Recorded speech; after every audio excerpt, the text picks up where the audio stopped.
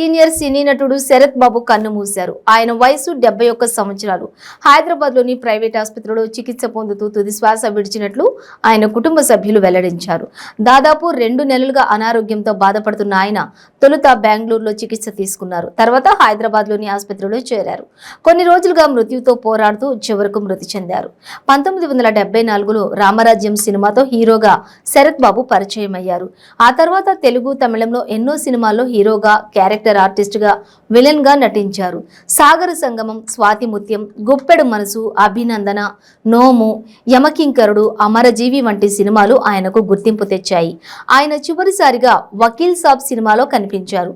త్వరలో రిలీజ్ కానున్న మళ్ళీ పెళ్లి సినిమాలోనూ ఓ పాత్ర పోషించారు.